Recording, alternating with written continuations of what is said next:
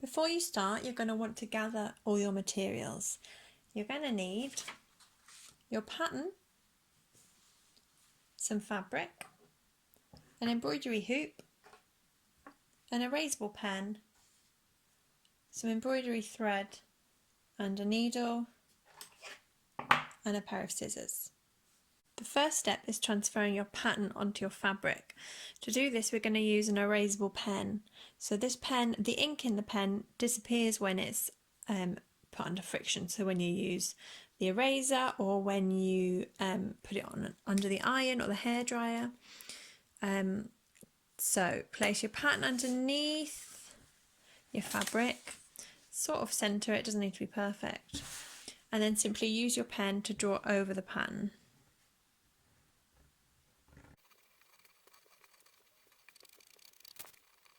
Next, you're going to want to hoop your fabric. So this is an embroidery hoop. You've got the outer hoop and the inner hoop.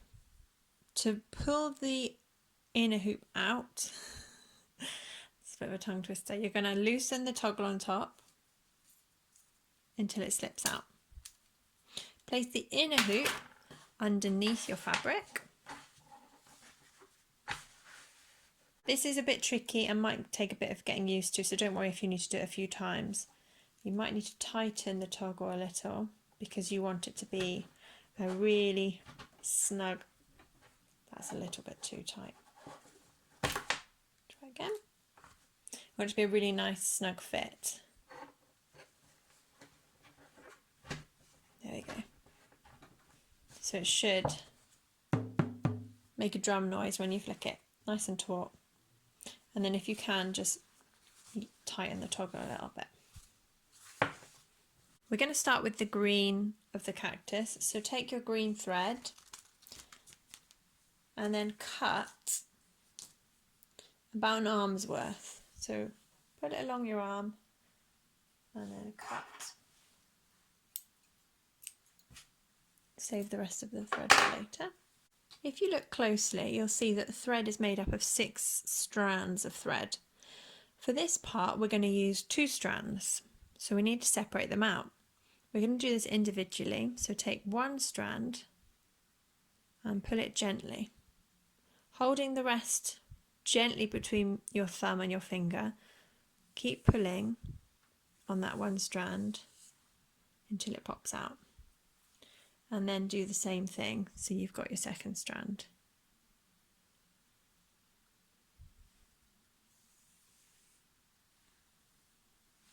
Then put the ends of both your strands together. Line them up so they're together and then just pull. So you've now got one piece of thread that's 2 strands thick. The needle in this kit has got a lovely wide eye, so it should be quite easy to thread your 2 strands through your needle. You're going to end up with your needle. You've got a U shape with your thread, and you're going to want to keep one end of the thread longer than the other. So as you've got, we're going to put a knot here. As you embroider, you'll use up this part of the thread, and as it gets used up, you'll then keep pulling on your needle and creating more workable thread, pulling on your needle, creating more workable thread until your thread all gets used up. It'll make more sense as we go. So you're going to tie a knot in the longer end of the thread. To do this, just take the last couple of inches between your fingers and your thumbs and tie one single simple knot, and then do the exact same thing in the exact same place. So you've got a double knot, and then do it again and again until you're happy that the size of the knot will stop, won't come all the way through the fabric, and then cut off any excess. For the, they're leaves of the cactus, we're going to do a simple back stitch outline, and then we're going to satin stitch them. So to start with the back stitch, you're going to come up underneath the fabric, somewhere along the leaf outline, until you feel the tug of your knot. And you're going to go back in about 1/2 centimetre across, somewhere again along that line, and pull all the way until the thread stops. And then you're going to go back. So you're going to create a stitch behind that stitch. That's, I think, why it's called back stitch. So you come up again another 1/2 centimetre across, and then go back in the same hole. So you have your 2 back stitches. And then simply keep going.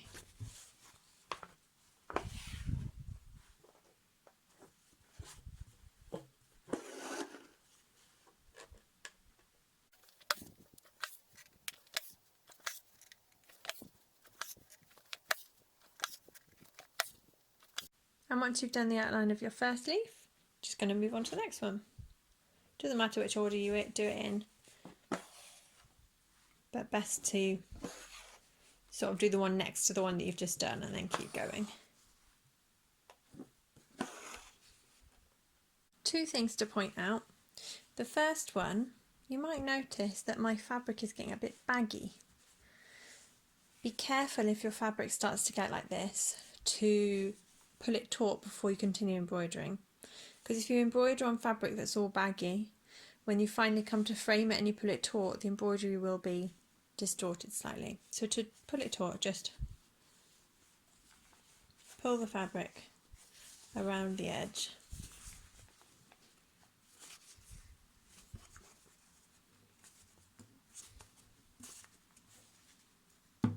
until it makes a drum noise again.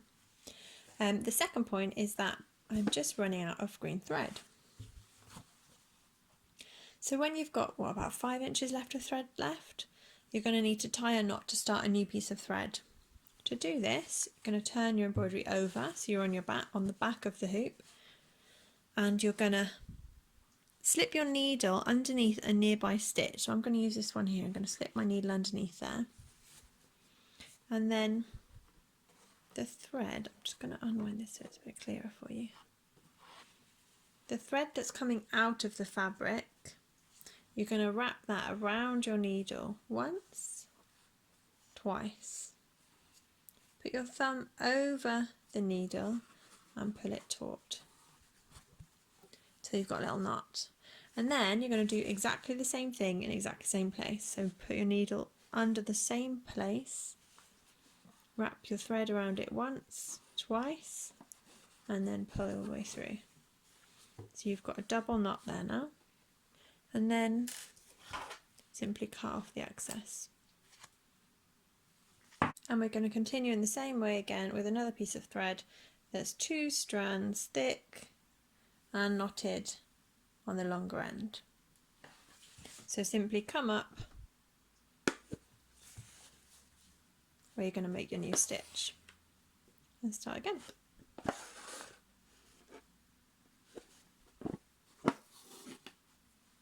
Once you finish the back stitch, if you've still got some thread left, if you haven't finished using up the piece that you're working with, continue with that piece. If you finished it, simply start a new piece with 2 strands, same as before. We're going to now do the satin stitch to fill in the leaves of the cactus. I don't know if they're actually called leaves or if I've made that up. One tip that you might find useful, you might want to ignore. So satin stitch is filling up a space with single straight lines, all going in the same direction to basically fill a space in with colour.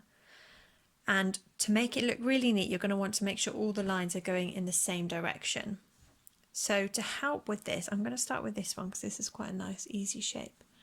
You might want to draw guidelines. So these are just going to be straight lines. Oh, that's not quite straight. I'm going sort of in a shell pattern here so that they're sort of fanning out to fill the shape. And that'll give me some sort of guidance when I'm working.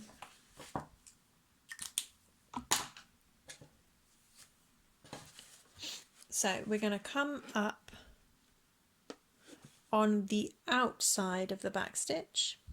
I'm going to start in the middle and do my first stitch in the middle. So we're going to go back in on the other side of the back stitch and create our first, oh, got caught there, our first satin stitch.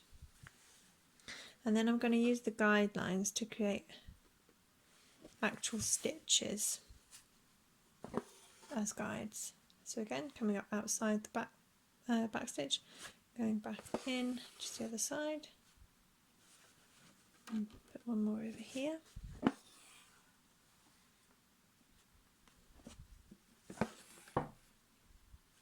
And then you're just going to fill it in with lots of single stitches until you're happy with how full the space is, how coloured in it is.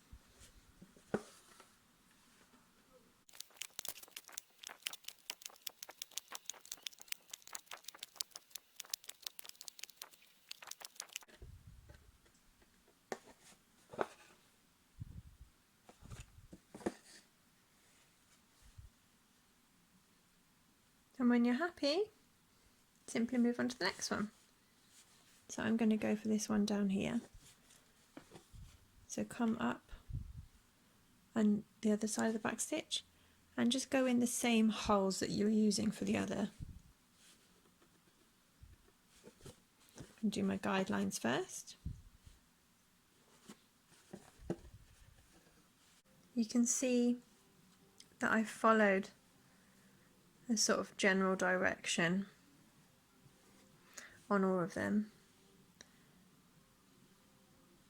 The next stage is the flowers. We're going to use pink thread for this. Again, I've got 2 strands. I've knotted the end. Exactly the same method as I did with the green. Now for the flowers, we're going to do single long stitches. I guess a little bit like the satin stitch, but we're not filling the area, we're creating a fan of flowers. So I would advise, if you do the guidelines, fill in the guidelines from the pattern first. I'm gonna start here, I think, actually. So do single long stitches to fill the guidelines.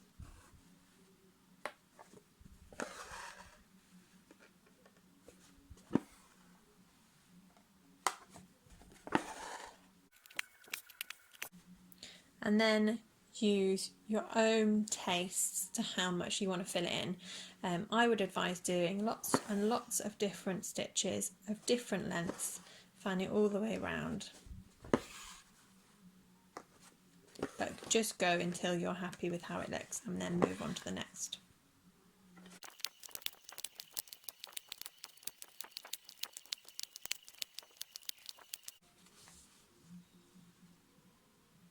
And then move on to the next one. And finally, we're going to do the lettering.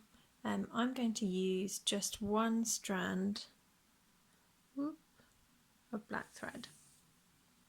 We're going to thread it in the usual way,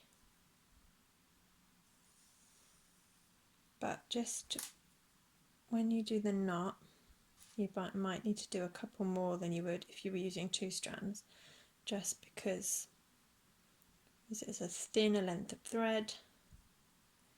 Need to do a few more knots to make it the knot thicker.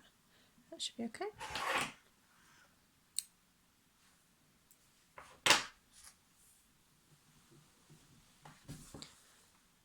So with the lettering, you're more than welcome to leave it out and just do the plant. You can do it in your own handwriting. You could do maybe a quote around the edge, or you could print something off the computer in a font that you like. It's up to you. I'm going to do as it is in the pattern, just so you know how to do it. So when embroidering lettering, I'm going to use back stitch, so the same that we used for the outline of the leaves, but you just need to use slightly smaller stitches, especially on the curves, and follow the letters as if you were drawing them by hand, as if you were handwriting them. So you follow, you go round the C, you go do your H. Imagine you were in school and you were being taught how to draw your letters. Follow them in the same way with your needle and thread.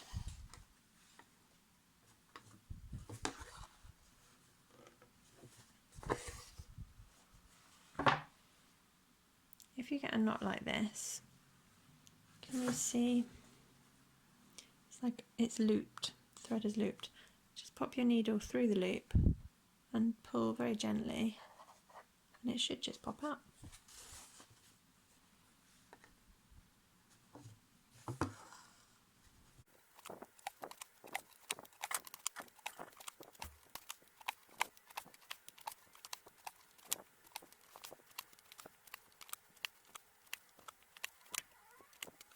Our finishing touch, before we finally hoop it, we're going to need to iron the fabric just to get rid of any, can you see, you can slightly see some of the erasable ink, so that'll get rid of that and also just neaten it up.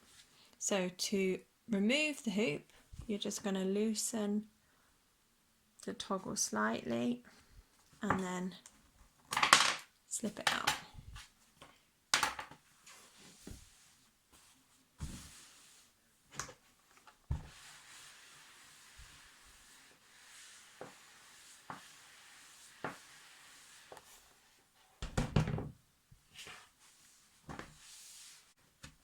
So basically, play around, decide how you prefer it, and then line it up. You want to make sure it's exactly how you want it, because this is going to be your final hooping. Make sure it's lovely and tight.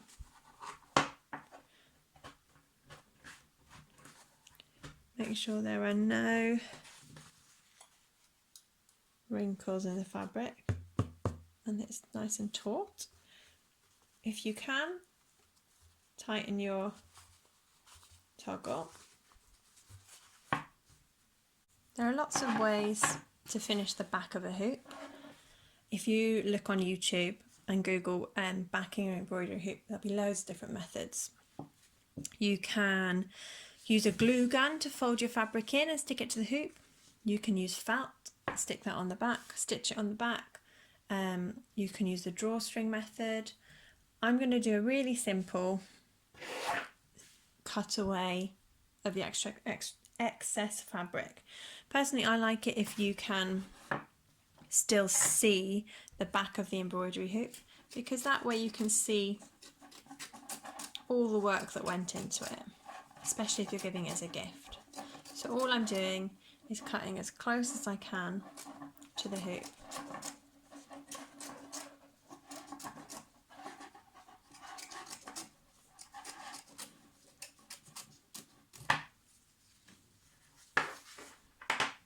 And there you have it.